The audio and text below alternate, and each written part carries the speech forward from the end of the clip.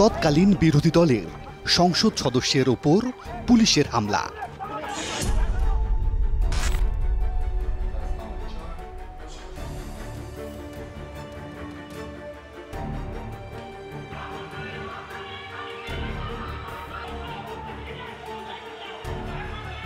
সেই হামলার দৃশ্য মনে পড়লে এখনো আঁতকে ওঠেন বিএনপি নেতা জয়নুল আবদিন ফারুক।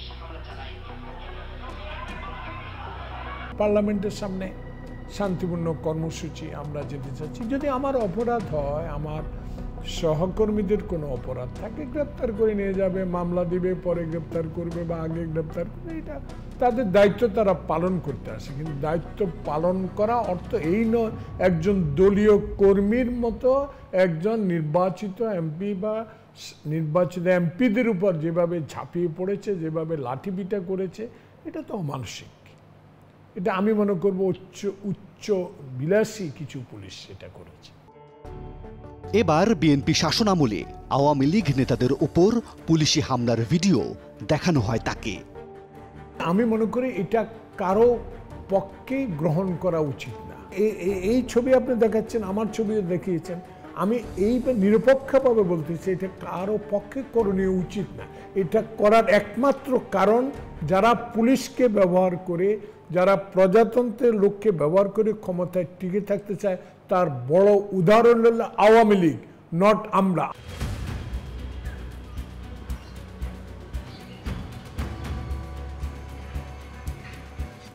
এবার আমরা এই ভিডিওগুলো একজন আওয়ামী লীগ নেতাকে দেখাতে চাই। সোহেল তাজ বাংলাদেশের প্রথম প্রধানমন্ত্রী তাজউদ্দিন আহমেদের ছেলে।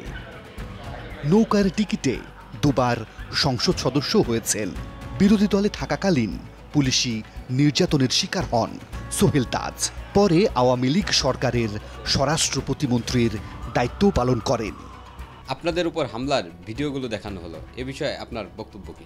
বিষয়টা হয়েছে, এখানে আমাদের যে সিস্টেমটা আছে, এই সিস্টেমটা সেই ব্রিটিশ আমল থেকে রাখা হয়েছে এবং ব্রিটিশরা এখানে আমাদের উপরে শাসন কায়েম করার জন্যই পুলিশকে সাজিয়েছিল তাদের লাঠিয়াল বাহিনী হিসাবে এবং পরবর্তীতে পাকিস্তানিরাও একইভাবে ব্যবহার করেছে এবং ওইটারই ধারাবাহিকতায় আজকে এই ফুটেজগুলো দেখলাম। তো পুলিশকে রাজনীতিকরণ এবং দলীয়করণের মাধ্যমে হাতিয়ার বা লাঠিয়াল বাহিনী হিসাবে ব্যবহার করা হচ্ছে। এটা তো অত্যন্ত দুঃখজনক এবং এটা কোনো গণতান্ত্রিক দেশে হতে পারে না এরকম। এবার আপনাকে আমরা একটু জয়নাল আবেদিন ফারুকের ফুটেজ দেখাতে চাই। এটা খুবই লজ্জাজনক এবং আমি আগেও যেটা বলেছি, এটা অনাকাঙ্ক্ষিত এবং এরকম একটি গণতান্ত্রিক দেশে হওয়ার কথা না। কিন্তু আবারও বলছি, এই কালচারটা কিন্তু আজকে হয়নি।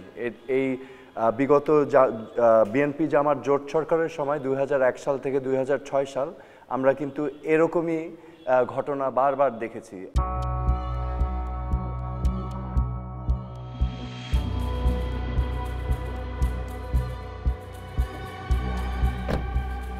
দুই দলের দুই নেতার কথা আমরা শুনলাম, এবার শুনতে চাই একজন বিশেষজ্ঞের কথা।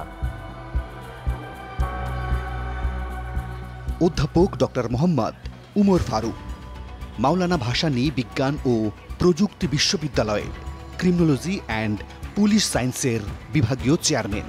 পুলিশ নিয়ে অসংখ্য গবেষণার নেতৃত্ব দিয়েছেন এই বিশেষজ্ঞ। এই ভিডিওগুলি যখন আমরা দেখি জনগণ হিসাবে, যে নাগরিক হিসাবে, তখন জনমনে একটা পুলিশের প্রতি মানুষের যে আস্থার যে জায়গাটা, এখানে একটা ব্যাপক সংকট তৈরি হয়। এই ক্ষেত্রে আমাদের যে কলোনিয়াল যে ইরাটা ছিল পুলিশের, সেই জায়গাতেই আমরা এখনও কিন্তু রয়ে গেছি। এর পরবর্তীতে আমাদের রিফর্ম ইরা এসেছে। 1861 সালের যে পিআরবি যেটা হয়েছে, এটা যথেষ্ট পরিমাণ রিফর্ম করতে হবে। প্রায় 2000 কোটি টাকা খরচের ফলাফল আমার হাতে থাকা আইনের এই 50 পৃষ্ঠার খসড়া কপি। এটি করা হয়েছিল 2007 সালে তত্ত্বাবধায়ক সরকারের আমলে। পুলিশকে যাতে রাজনৈতিক হাতিয়ার হিসেবে ব্যবহার করতে না পারে, সেজন্য এই খসড়া কপিটি করা হয়েছিল। কিন্তু শেষ পর্যন্ত পুলিশ সংস্কার কর্মসূচি আর আলোর মুখ দেখেনি। কেন দেখেনি, কি কারণে দেখেনি, সেই গল্পই শোনাবো আজ। প্রকল্পটি বাস্তবায়নে 3 জন প্রকল্প পরিচালক কাজ করেছেন। সবচেয়ে বেশি সময় অর্থাৎ 2007 সাল থেকে 2010 সাল পর্যন্ত 3 বছর দায়িত্ব পালন করেন সাবেক অতিরিক্ত মহাপরিদর্শক নববিক্রম কিশোর ত্রিপুরা। তার কাছে প্রশ্ন ছিল, পুলিশ সংস্কার কর্মসূচির মূল উদ্দেশ্য কি ছিল? পিআরপিটা করা হয়েছিল যে পুলিশের একটা আমূল সংস্কারের জন্য, আইনগতভাবে অবকাঠামোগতভাবে পুলিশকে একটা আধুনিক পুলিশ এবং একটা মানে বর্তমান সমাজের উপযোগী একটা পুলিশ বাহিনী গঠনের জন্য এটা করা হয়েছিল। 1861 সনের 5 নম্বর আইন, এই জন্য 5 আইন বলতে, তখন 5 আইন বলতে মানে পুলিশের আইন। এই 5 আইনটা আসলে অনেক পুরনো। এটা আমরা ফিল করলাম যে একটা আধুনিক পুলিশের জন্য উপযোগী নয়। পুলিশের দৈনন্দিন কাজকর্মে, বিশেষত তদন্তে, নিয়োগে, পদোন্নতিতে, বদলিতে কোনো ধরনের হস্তক্ষেপকে এটা বেআইনি করা হয়েছে। আমরা বলেছি এটা ফৌজদারি অপরাধের মতো গণ্য, এটা কগনিজেবল অফেন্স হিসেবে, এটাকে ক্রিমিনাল অফেন্স হিসেবে ট্রিট করা হবে কেউ যদি পুলিশের এই সমস্ত কার্যক্রমে যদি হস্তক্ষেপ করে। জনগণের প্রকৃত বন্ধু হবার কথা থাকলেও অনেকেই ঝুট ঝামেলা মনে করে থানা পুলিশ এড়িয়ে চলেন। অথচ একবার ভাবুন তো, আপনি থানায় গেলেন মামলা করতে, কোনো প্রকার তদবির ছাড়াই তদন্ত হলো, আসামি পক্ষের হয়ে তদবির করতে গিয়ে উল্টো মামলা খেয়ে বসলেন প্রভাবশালীরাই। এমন পুলিশ হলে কেমন হয়? হ্যাঁ, রাজনৈতিক খোলসের বাইরে গিয়ে পুলিশকে প্রকৃত জনবান্ধব করতে 2007 সালে একটি উদ্যোগ নেওয়া হয়েছিল। তবে বেশ কিছু আন্তর্জাতিক সংস্থার সহায়তায় এই উদ্যোগটি নেওয়া হয় আরও 2 বছর আগে, অর্থাৎ 2005 সালে। পুলিশ সদর দপ্তরের এক জরিপেও বলা হচ্ছে, মন্ত্রী, এমপি কিংবা প্রভাবশালীদের কোনো প্রকার হস্তক্ষেপ না থাকলে পুলিশ স্বাধীনভাবে কাজ করতে পারবে, তদন্ত হবে নিরপেক্ষ, সুফল পাবে সাধারণ মানুষ, পুলিশ হয়ে উঠবে জনবান্ধব, বাড়বে ভাবমূর্তি। এমনকি পুলিশের পদোন্নতি, নিয়োগ কিংবা বদলি সব কিছুই থাকবে রাজনৈতিক হস্তক্ষেপের বাইরে। তাহলে চলুন বর্তমান সময়ে পুলিশের কর্মকাণ্ডের ওপর কিছু স্থানীয় রাজনীতিবিদদের হস্তক্ষেপের নমুনা দেখে আসা যাক। ফিল্মি স্টাইলে নিজের ছেলে প্রতীককে পুলিশ ফাঁড়ি থেকে ছো মেরে নিয়ে যান এমপি রাগিবুল আহসান রিপু। পুলিশের সামনেই যুবলীগ নেতাকে পেটান তার অনুসারীরা। বরগুনা শিল্পকলার সামনে জেলা ছাত্রলীগের দুপক্ষের নেতাকর্মীদের সংঘর্ষ থামাতে যায় পুলিশ। এ সময় তাদের ছোড়া ইটে পুলিশের গাড়ির গ্লাস ভেঙে যায়। পরে বরগুনা 1 আসনের সংসদ সদস্য অ্যাডভোকেট ধীরেন্দ্র দেবনাথ শম্ভুর সামনেই ছাত্রলীগ নেতাকর্মীদের লাঠিচার্জ করে পুলিশ। এ সময় পুলিশের ওপর ক্ষিপ্ত হয়ে যান স্থানীয় সংসদ সদস্য। একদিন পরেই বদলি হয়ে যান পুলিশ কর্মকর্তা মহরম আলী।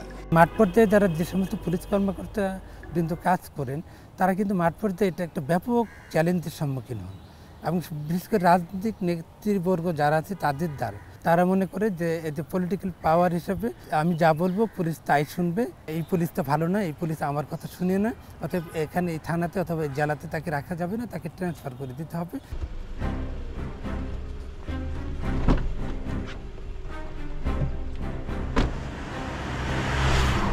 রাজনীতিবিদ ও পুলিশের সম্পর্ক কেমন সেটি জানতে আমরা যেতে চাই পুলিশের একজন সাবেক আইজিপির কাছে, শুনতে চাই তার অভিজ্ঞতার কথা।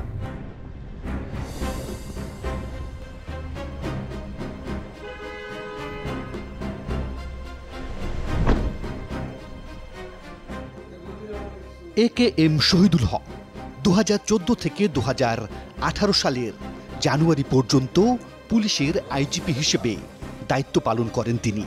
এলাকার এক এমপি মনে করেন, মানে এসপি সাহেব এমপি একটা আবদার করলেন, মানে এসপি সাহেব দেখলেন যে এই আবদারটা তো বিধিসম্মত হয় না, এটা করা ঠিক না। আবার পাশাপাশি চিন্তা করবেন, যদি আমি কাজটা না করি তাহলে এসপি সাহেব রুষ্ট হবে আমার প্রতি, আমাকে এখান থেকে বদলি করে দিবে। এই ধরনের ফিলিংস কাজ করে। ঠিক ওসির ব্যাপারে এরকম, এই জন্য এই কারণে দেখবেন ওসিরা খালি এমপিদের পিছিয়ে পিছিয়ে ঘোরে, এমপিরা সারাক্ষণ এমপিদেরকে খুশি রাখার চেষ্টা করে। কী কারণে? এমপিরা রুষ্ট হইলে তারা ওসি কিছু থাকবে না ওখানে। তো এই ধরনের একটা ভিত্তিতে কাজ করে, এটা তো বাস্তবতা।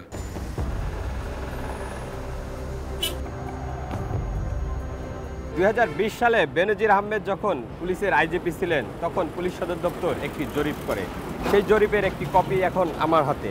সেখানেও দেখা যাচ্ছে পুলিশ সদস্যরাও রাজনৈতিক খোলস থেকে বের হয়ে আসতে চায়।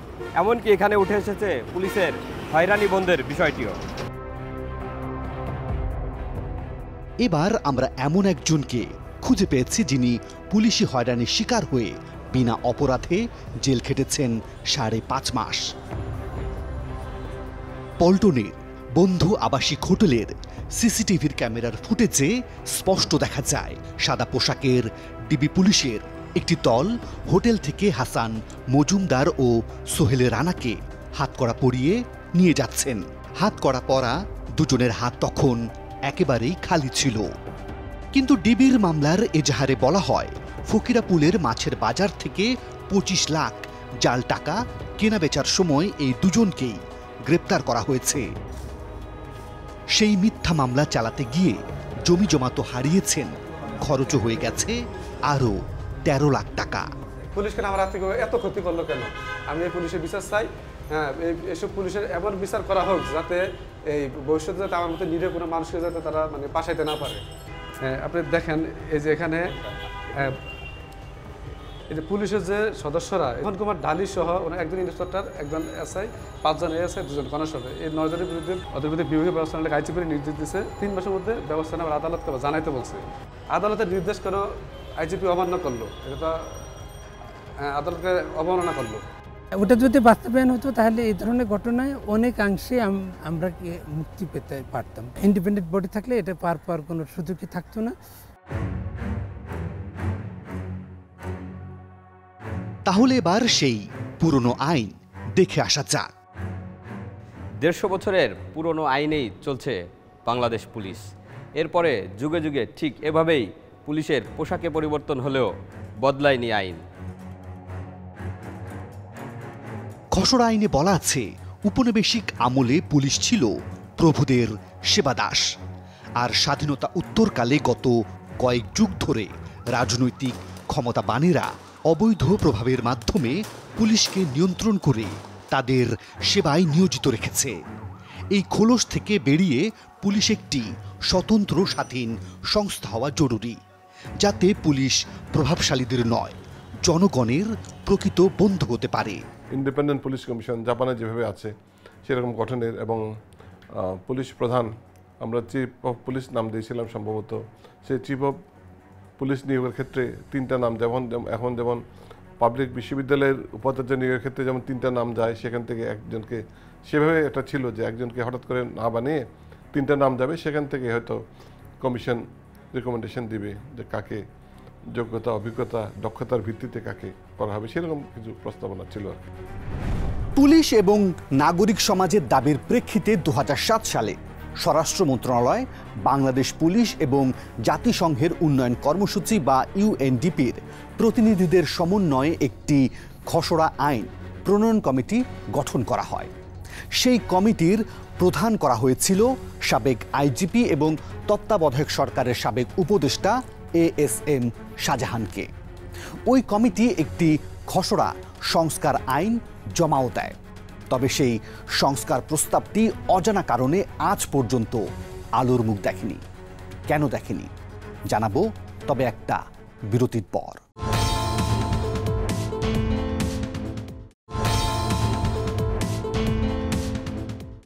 পিআরপির খসড়ায় আরও বলা হয়েছিল পুলিশ হেফাজতে মৃত্যু, নির্যাতন, মিথ্যা মামলা দিয়ে হয়রানি কিংবা পুলিশের তদন্তকারী কর্মকর্তা যদি ইচ্ছাকৃত ভুলভাবে তদন্তকে ভুল পথে নিয়ে যান তাহলে তার বিরুদ্ধে শাস্তিমূলক ব্যবস্থা নেওয়া যাবে, আর এটির জন্য গঠন করতে হবে পুলিশ অভিযোগ কর্তৃপক্ষ, যার প্রধান হিসেবে থাকবেন আপিল বিভাগের একজন অবসরপ্রাপ্ত বিচারপতি।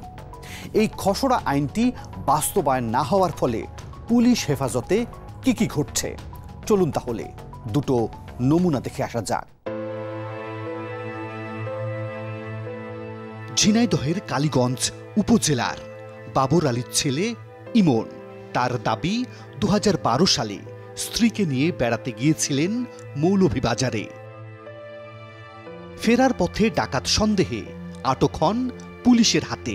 এরপর 2013 সালে আদালতে হাজিরা দিতে গিয়ে আবারও আটক হন তিনি। এক পর্যায়ে সার্কেল আলমগীর সাহেব আমাদের ডাক দেয়, বিভিন্ন কথাবার্তা বলে আমাদের দুজনকে আলাদা করে ফেলে। তদন্ত ওসি দিলীপ কুমারের রুমের ভিতরে রেখে চুন দিয়ে এবং সুপার ব্লু যেটা আসলে দিয়ে আমাকে একাধিক মামলার সাথে সম্পৃক্ত করে, আমাকে বানায় দেয় ডাকাত।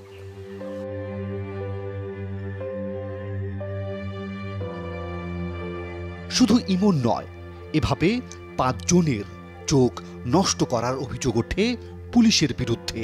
তাদেরই একজন কামাল, আরেকজন কুতুবুদ্দিন। আমি বলছি যে আমি ডাকাতি যাতে শরিত, আমি দোষী, আমি দোষ করছি বলা, কিন্তু আমাকে অমানসিকভাবে কি চোখ নষ্ট করতে পারে? যে পুলিশ কর্মকর্তার বিরুদ্ধে এই অভিযোগ, তার বিরুদ্ধে মামলাও করতে পারেননি তারা। অথচ সেই সময় পুলিশ কর্মকর্তা মোহাম্মদ আলমগীর হোসেন দুবার পদোন্নতি পেয়ে এখন এসপি হয়ে ডিএমপির সদর দপ্তরে আছেন। অভিযোগের বিষয় জানতে ডিএমপির সদর দপ্তরে টিম 360 ডিগ্রি। কিন্তু আমাদের দেখা দিলেন না আলমগীর হোসেন।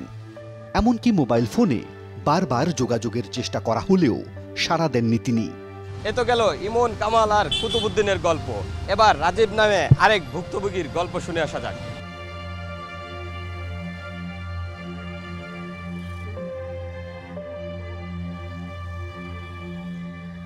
দীর্ঘ 5 বছর ধরে এখানে সেখানে ঘুরে শেষ পর্যন্ত এসেছেন উচ্চ আদালতে।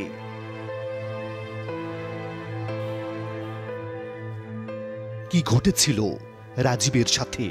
ব্যাগে রাখা 28 ভরি 11.5 গোল্ড ছিল, 22 ক্যারেটের দেশীয় গহনা, এবং টাকা ছিল। আমার মায়ের চোখ ছানি পড়ে গেছে, অপারেশন করার জন্য 41,300 টাকা ছিল। সব কিছু সহ মোটরসাইকেল যোগে আমাকে থানায় নিয়ে যাওয়া হয়, কম্পিউটার কক্ষে নিয়ে গিয়ে আমাকে আঘাত করা হয়। টিকিট খেলা স্টাম্প দিয়ে এলোপাতালি মানে সর্বঙ্গে নির্যাতন করা হয়। বাঁচার জন্য আমি আকুতি করলে তখন আমাকে লাত্তি মেরে মিজান ফেলে দেয়। ফেলে দেওয়ার পরে মুখে পাড়া মারে, তখন আমার মুখে নাক মুখ দিয়ে ব্লিডিং হয়। পরে এক পর্যায়ে আপনার এএসআই ফরিদ ভুইয়া ড্রয়ারটা খুলে ড্রয়ার থেকে প্লাস দিয়ে আমার হাতটা নখটা তুলে ফেলে। হসপিটালে জরুরি বিভাগে নিয়ে যাওয়া হয়। ডাক্তার আমাকে প্রাথমিক চিকিৎসা দেন। চিকিৎসা দেওয়ার পরে বলতেছে যে তুমি তো বেঁচে গেছো, তোমার 2টা কিডনিতে ড্যামেজ হয় নাই নির্যাতনের ফলে। যেদিন ছেড়ে দেয় সেদিনকেই আমার পুরুষঙ্গে উলঙ্গ করে পুরুষঙ্গের মধ্যে বৈদ্যুতিক শক দেওয়া হয় মিজান আর জলিল মিলে। পুলিশের দুরকম তদন্তে রাজীব ভীষণ হতাশ। হেফাজতে নির্যাতন ও মৃত্যু নিবারণের 4-5 ধারায় মামলাটা আমি করি। সে পিবিআই মিয়া কুতুবুর রহমান চৌধুরী এএসপি, উনি আমাকে ডাকেন, আমি যাই। পরে বলতেছে যে তোমাকে 15 লাখ টাকা দিয়ে দিবে। আমি বললাম যে না স্যার, আমি আপোষ করবো না। পরে 20 লাখ টাকা বললো, পরে পরবর্তীতে 25 লাখ টাকা বললো। বলার পরে আমি বলছি যে না স্যার, আমি আপোষ করবো না। আপনি যদি দয়া করে আমি নাগরিক হিসেবে যদি আমি ন্যায় তদন্তটা পাই, তাহলে আমি ন্যায় বিচার পাবো, আশা করি আমি চলে যাই। তখন উনি আমাকে বলেন যে ন্যায় বিচার পাবা সে ঠিক আছে, মরার জন্য প্রস্তুত হয়ে থাকো, যে কোনো রাস্তার যে কোনো জায়গায় দেখবা তোমার লাশ পড়ে আছে। তদন্ত প্রতিবেদন দিয়েছে যে আমি মামলাটা মিথ্যে করেছি, কিন্তু বিভাগীয় মামলার যে বিভিন্ন দপ্তর থেকে যদি তদন্ত হয়েছে, সেই তদন্ত প্রতিবেদনে আসছে আমাকে নির্যাতন করা হয়েছে এবং আমার কাছ থেকে স্বর্ণ, টাকা পয়সা সব কিছু নেওয়া হয়েছিল। মামলা তুলে নিতে পুলিশ প্রথমে প্রলোভন এবং পরে হুমকি দিতে থাকে। আপনি আমাদেরকে একজন তদন্তকারী কর্মকর্তার একটি কল রেকর্ড শোনাতে চেয়েছিলেন। আচ্ছা স্যার, তাহলে কিভাবে দিতে হবে স্যার এটা বলেন স্যার আমাকে। না স্যার, তাহলে কিভাবে ওই লেখাটা দিতে হবে?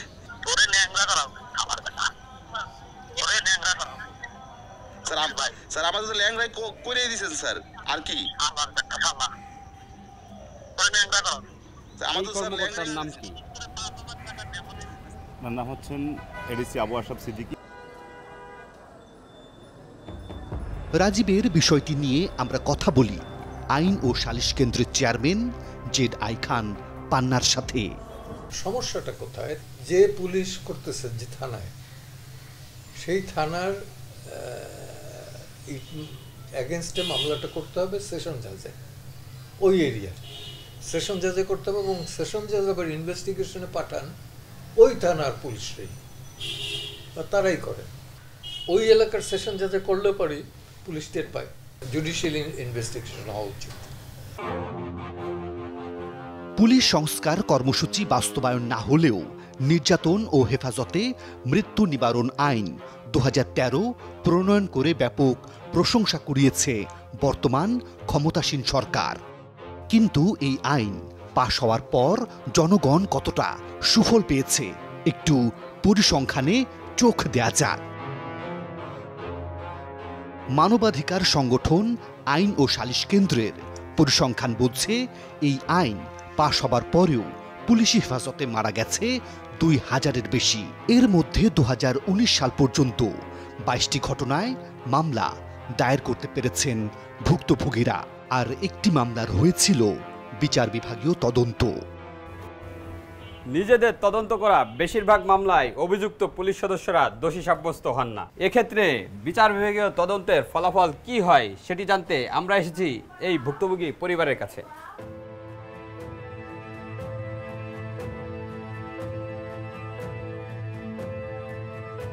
চারটা হাত, দুইটা ভাইয়া, দুইটা আমার, আর দুইটা হ্যান্ডকাপ, এইভাবে পরায়া 6-7 জন পুলিশ সদস্য যেভাবে আমাদের উপর টর্চারিং করছে পুলিশ কাস্টাডিতে নিয়ে। ক্রিকেট খেলার স্টাম্পগুলো যে আছে ওই স্টাম্প ছিল, তারপরে যে বাঘের মতো যে আট করা যে রুলগুলো থাকে সে রুলগুলো ছিল। প্রায় 4টা রুল আমাদের শরীরে তারা ভেঙে ফেলেছে। পরে আমাদের পায়ের তালু কামরুজ্জামান মিন্টু ধরে, তালুর মধ্যে জাহিদ মারে, হাতের মধ্যে এসে রাশেদুল বুট জুতা দিয়ে চাপ দিয়ে রাখে, উত্তর করে পাছার মধ্যে জাহিদ মারে। পুলিশের অপরাধ যে পুলিশ করবে ওই বিচারটা পুলিশ কখনো রিপোর্ট পুলিশের পক্ষেই দিবে, বিপক্ষে কখনো দিবে না। এটা আমি আমার অভিজ্ঞতায় বললাম, আমি যেভাবে ভুগছি। কারণ কোনো পুলিশ সদস্যর কাছে আমি কোনো ধরনের সাপোর্ট কোনো দিন পাইনি। আমি আদালতের মাধ্যমে হয়ে জুডিশিয়াল ইনকোয়ারির মাধ্যমে আমি আমার বিচারের প্রথম ধাপ বাংলাদেশে পেয়েছি। পিআরপি বাস্তবায়ন হলে ভুক্তভোগীরা কি ধরনের আইনি সুরক্ষা পেতেন কিংবা এ বিষয়ে পিআরপিতে কি কি প্রস্তাব করা হয়েছিল জানা যাক সাবেক 2 শীর্ষস্থানীয় পুলিশ কর্মকর্তার কাছ থেকে। কমপ্লেন কমিশন করা আছে, কমপ্লেন কমিশন, অর্থাৎ পুলিশের প্রতি যদি কোনো কমপ্লেন হয় সেই কমপ্লেন তদন্ত, এখন যারা আপনারা বলেন যে পুলিশের বিরুদ্ধে পুলিশ তদন্ত করে, তখন পুলিশ তদন্ত করবে না, তখন সেই কমপ্লেন কমিশন থাকবে, কমিশনের দায়িত্ব থাকবে এটা তদন্ত করানো। কমপ্লেন কমিশন সেটা কারা নির্বাচিত হবে সেটা মহান রাষ্ট্রপতি সার্চ কমিটির মাধ্যমে নির্বাচন করবেন। কাজে এখানে পুলিশের দায়বদ্ধতা আরও বেশি বেড়ে যাবে। আমরা তো মানবিক আচরণ করি না, আসলে এই জিনিসটার খুব জোর দেওয়া হয়েছিল। এটা ওনারা সবসময় চাইছে যে পুলিশে যাতে একটা মানে পুলিশের ইমেজের মধ্যে, ভাবমূর্তির মধ্যে একটা মানবিক একটা ইমেজ থাকে মতো, পুলিশকে একটা হিংস্র নিপীড়নমূলক একটা বাহিনী হিসেবে যাতে মানুষ করে। এই জন্য আমরা বলছিলাম একটা শিফট, একটা প্যারাডাইম শিফট, এটাকে ফোর্স না বলে আমরা বলছি সার্ভিস। পুলিশকে জনবান্ধব করতেই এই আইন সংস্কারের উদ্যোগ নিয়েছিল ইউএনটিপি, ইউএসএআইডি ও ইউরোপীয় ইউনিয়ন। টাকাও দিয়েছিল। তাহলে সেই টাকা খরচ হলো কোথায়?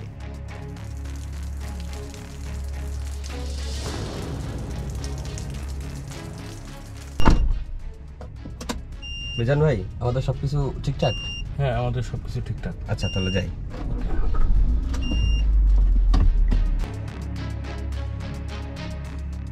পুলিশ সদর দপ্তর থেকে পিআরপি প্রকল্পের অর্থ খরচের কোনো হিসাবই পাওয়া গেল না।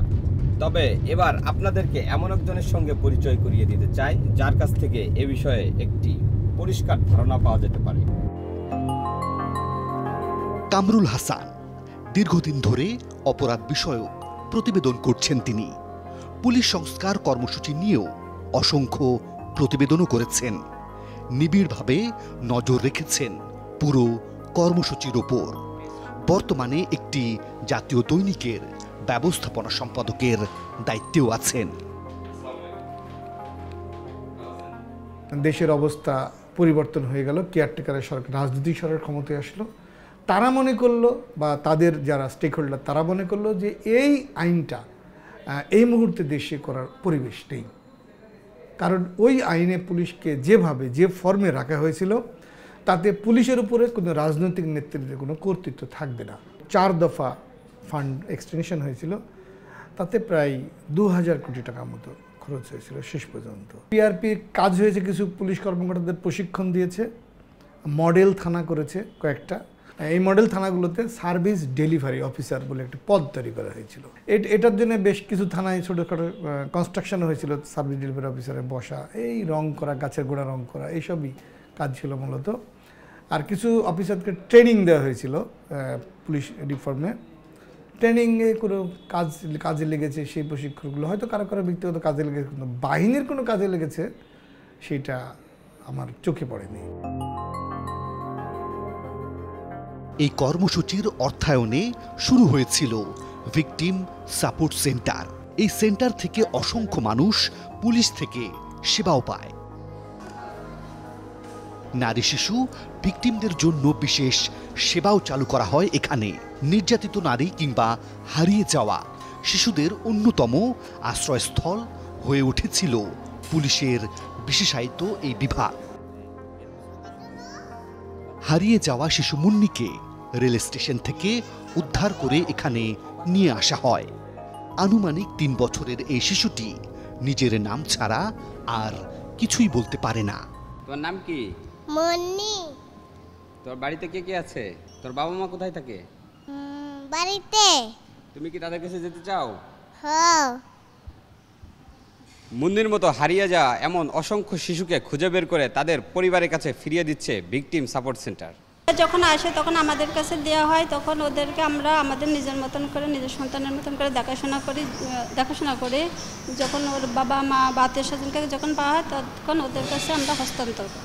নির্যাতনের শিকার নারী এবং শিশুদেরকে মামলা তদন্ত থেকে শুরু করে সার্বিক সেবাটা দেওয়ার চেষ্টা করে, যেমন মামলা তদন্ত, পারিবারিক সমস্যার সমাধান, তারপরে তাৎক্ষণিকভাবে ভিকটিম উদ্ধার, এবং আমাদের একটা হটলাইন নাম্বার আছে যেটা দিয়ে আমরা কেউ সহিংসতার শিকার হলে আমরা খবর পেয়ে আমাদের কুইক রেসপন্স টিম এটা তাড়াতাড়ি দ্রুততম সময়ে ভিকটিম উদ্ধার করে। পুলিশ ব্যুরো অফ ইনভেস্টিগেশন বা পিবিআই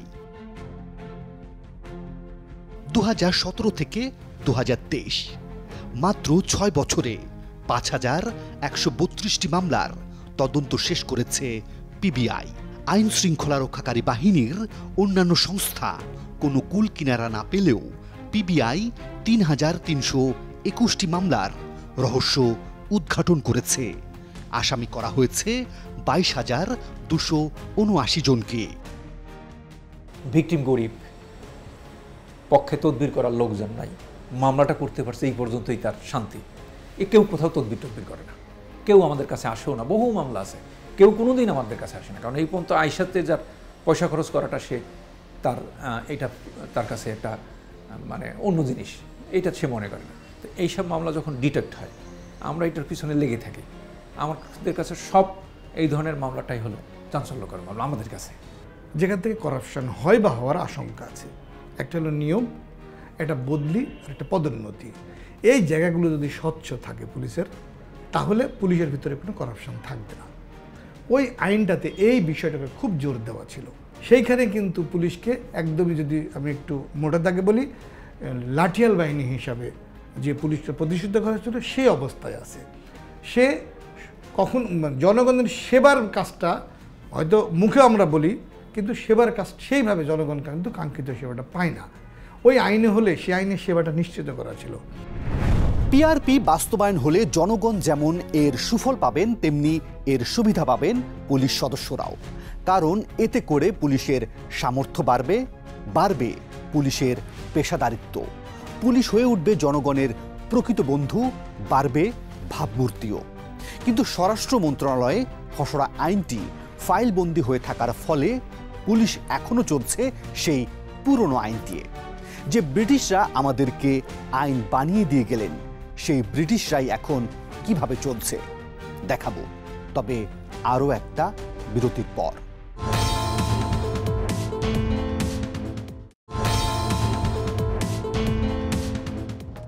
পুলিশ নিয়ে যে এত সমালোচনা, তারপরেও সেই পুলিশ ছাড়া একটা দিন নিরাপদে নিশ্চিন্তে থাকা চিন্তা করাও যায় না। মানুষ বিপদে পড়লেই পরে পুলিশের খোঁজ। কিন্তু কতিপয় পুলিশ সদস্য আর পুরনো আইনের বাধা থাকার কারণেই পুলিশের অনেক ভালো কাজ আড়ালে পড়ে যায়। যে ব্রিটিশরা একসময় পুলিশ বানিয়েছিল তাদের ক্ষমতা টিকিয়ে রাখতে, সেই ব্রিটিশরাই এখন কিভাবে চলছে চলুন দেখে আসা যাক। 1829 সালে ব্রিটিশ নাগরিকদের জন্য করা পুলিশ আইন এ পর্যন্ত সংস্কার করা হয়েছে 8 বার। এর মধ্যে 1990 সালের পর থেকে সংস্কার করা হয়েছে সবচেয়ে বেশি। এই সময়ের মধ্যে কনজারভেটিভ এবং লেবার পার্টির শাসন আমলে 2 বার করে মোট 4 বার আইন সংস্কার করা হয়। বর্তমান ক্ষমতাসীন যুক্তরাজ্য সরকার আবারও এই আইন সংস্কারে হাত দিয়েছে। তার মানে ব্রিটিশ পুলিশকে আধুনিক এবং পেশাদার রাখতে নিয়মিত সংস্কার করে আসছে যুক্তরাজ্য সরকার। বিশেষ করে 1984 সালে police and criminal evidence act বাস্তবায়নের পর লন্ডন পুলিশে ব্যাপক ইতিবাচক পরিবর্তন আসে। লন্ডন পুলিশ জনগণের সমস্যা অথবা অভিযোগ সরাসরি শুনতে নিয়মিত শুনানি বা মিসকন্ডাক্ট হিয়ারিংয়ের আয়োজন করে। এমনই এক শুনানিতে লন্ডনের 2 তরুণ অলিম্পিক খেলোয়াড় অভিযোগ করেন তাদের কাছে মাদক আছে এমন কথা বলে লন্ডন পুলিশ তাদের হয়রানি করেছে। পরে অভিযোগের সত্যতা মেলায় মেট পুলিশের 2 কর্মকর্তাকে বরখাস্ত করা হয়। এমনই আরেক শুনানিতে সারা এওয়ার্ড নামের এক তরুণীকে কিডন্যাপ, ধর্ষণ এবং হত্যার অভিযোগ ওঠে। পরে সেটা প্রমাণ মেলায় মেট পুলিশের এক কর্মকর্তাকে অব্যাহতি দেয়া হয়। জনগণের কাছাকাছি যেতে 2016 সালে শুরু হয়েছিল পুলিশের উঠান বৈঠক। এলাকা ভিত্তিক মাদক, ইভটিজিং সমস্যা, কিশোর গ্যাং কিংবা ছিনতাই সহ নানান অপরাধের তথ্য উঠে আসতো এসব উঠান বৈঠকে। পুলিশ অগ্রাধিকার ভিত্তিতে সমস্যাগুলোর সমাধানও করেছে। জনগণ যেই পুলিশের বিরুদ্ধে অভিযোগ তুলতে শুরু করেছে সেই ধীরে ধীরে বন্ধ হয়ে যায় পুলিশের এই কার্যক্রম।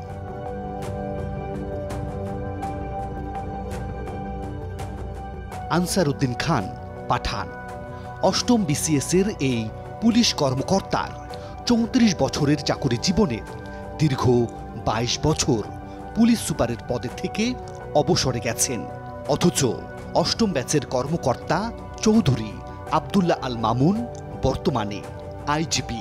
তাহলে কেন আনসার উদ্দিন খান পাঠান প্রমোশন পেলেন না?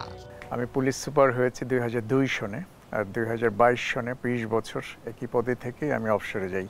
তা আমার এই পর্যন্ত চাকরি জীবনে যত অ্যানুয়াল কনফিডেন্সিয়াল রিপোর্ট আছে সবগুলোই আমার ভালো ছিল।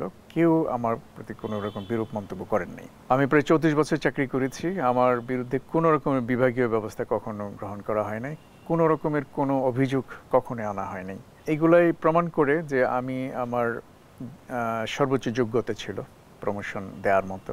এমনিতে কানাঘোষা যেটা আছে, অনেকে বলে যে আমাকে বলতে চাচ্ছে যে আমাকে রাজনৈতিক সংশ্লেষ আমার আছে, সেরকম একটা অভিযোগ নাকি তাদের কাছে আছে। বাট আমার কাছে লিখিতভাবে কিছু দেয়নি যে বিরোধী দলের সাথে আমার রাজনৈতিক সংশ্লেষ আছে, সম্পর্ক আছে। কিন্তু সেটা আমি জানি না। যে আইন সংস্কার হলে পুলিশের গ্রহণযোগ্যতা বাড়ত, ভাবমূর্তিও বাড়ত, সে আইনের খসড়া এখন কোথায়? কেয়ারটেকার গভর্নমেন্ট আমলেই পুলিশ হেডকোয়ার্টার থেকে এই খসড়া আইনটা বা অধ্যাদেশটা পাঠাইছিল হোমের হাত দেয়নি। পরে অনেক পুলিশ পক্ষ থেকে পার্শ্ব করা হয়েছে, হওয়ার পর হোম থেকে তারা একটা কমিটি করলো, একটা কমিটি করে এটা ফেলায় রাখলো। ওই যে কমিটি করলো, ওই কমিটি করার পর এটা যেটা বলা ডিপ ফ্রিজে চলে গেছে। বারবার সাক্ষাৎকারের সময় দিয়েও শেষ পর্যন্ত পুলিশ সদর দপ্তরের সংশ্লিষ্ট কেউ কথা বলতে রাজি হননি। এ বিষয়ে জানতে স্বরাষ্ট্রমন্ত্রী আসাদুজ্জামান খানের সাথে যোগাযোগ করা হলে তিনি কোনো মন্তব্য করতে রাজি হননি। মানবাধিকার সুরক্ষা, ন্যায় বিচার প্রাপ্তির সুযোগ এবং আইনের শাসন প্রতিষ্ঠার লক্ষ্যে পুলিশ সংস্কার কর্মসূচির উদ্যোগ নিয়েছিল জাতিসংঘের সংস্থা UNDP, USAID এবং ইউরোপীয় ইউনিয়ন। টাকা দিয়েছে প্রায় 2000 কোটি। এত বিপুল পরিমাণ অর্থ খরচের অডিট রিপোর্ট এবং সাক্ষাৎকার চেয়ে আমরা UNDPর যোগাযোগ শাখায় ইমেইল পাঠাই, কিন্তু গত 6 দিনেও সংস্থাটি থেকে কোনো উত্তর মেলেনি। বেশি নিতে পারে। তবে পুলিশ আইন সংস্কারের প্রয়োজনীয়তা বেশ ভালোভাবেই বুঝতে পেরেছেন পুলিশের শীর্ষস্থানীয় দুই সাবেক কর্মকর্তা। 150 বছর আগে ওখানে আটকে থাকলে তো হবে না, আমাদের তো সমাজের যে প্রেক্ষাপট, যে বাস্তবতা, সে অনুযায়ী তো আমাদের আগে যেতে হবে। মনে করছি এটা হলে জনগণের স্বার্থে যাবে। এটি গণতান্ত্রিক দেশে, এটি স্বাধীন দেশে মানবাধিকার রক্ষা এবং পুলিশের অনেক দায়িত্ব আছে, যেটা পুলিশের 1861 সালে পুলিশের যে কাজ তার মধ্যে নাই। আমরা এই জনগণের প্রতি দায়বদ্ধতা, জনগণের প্রতি আরও বেশি দায়িত্ব পালন করার জন্য আমাদের সেই পুলিশের যে কর্তব্য, তার মধ্যে অনেক ধরনের কর্তব্য কিন্তু আমরা সংযোজন করছি এই অধ্যাদেশে। পুলিশকে রাজনৈতিক প্রভাব বলয়ের বাইরে রাখার পক্ষে এই দুই রাজনীতিবিদও। যে দলেই ক্ষমতা যাক, যেন প্রত্যেকটা প্রজাতন্ত্রের কর্মকর্তা কর্মচারী যেন নিরপেক্ষভাবে প্রজাতন্ত্রের পক্ষে কাজ করতে পারে। এই কালচারটাকে পরিবর্তন করতে হবে, সিস্টেমটাকে পরিবর্তন করতে হবে, যাতে ক্ষমতায় এসে আমরা কেউই পুলিশকে অপব্যবহার না করতে পারি। ক্ষমতাসীনদের বিরুদ্ধে বরাবরই অভিযোগ থাকে তারা পুলিশকে দলীয় ক্যাডার হিসেবে ব্যবহার করে আসছেন। পুলিশের কমান্ডিং অফিসারকে নানান প্রকার প্রলোভন দেখিয়ে তাদের অনুগত করে রাখা হয়, আর যারা অনুগত হতে বাধ্য হন না তাদের করা হয় বিভিন্নভাবে হয়রানি, এমনকি কর্মক্ষেত্রে করে রাখা হয় নিষ্ক্রিয়। তাহলে প্রশ্ন হলো, এমন অপ্রত্যাশিত পরিস্থিতির দায় কে নেবে? এর জন্য কি পুলিশই একমাত্র দায়ী? না, একমাত্র রাজনৈতিক সদিচ্ছাই পারে পুলিশকে জনগণের প্রকৃত বন্ধু করতে। তাই পুলিশ সংস্কার আইন সংস্কার করে সরকারের উচিত পুলিশকে সেই পথে হাঁটানো, আর এমনটাই প্রত্যাশা করে এদেশের সকল জনগণ। প্রিয় দর্শক, আপনাদের কাছে কোনো সুনির্দিষ্ট তথ্য কিংবা অভিযোগ থাকলে আমাদেরকে জানাতে পারেন। আমাদেরকে জানাতে পর্দায় দেখানো মাধ্যমগুলোতে যোগাযোগ করুন। আজ তাহলে এ পর্যন্তই। তবে মনে রাখবেন, কথা কিন্তু একটাই, ভালো থাকবেন, ভালো রাখবেন।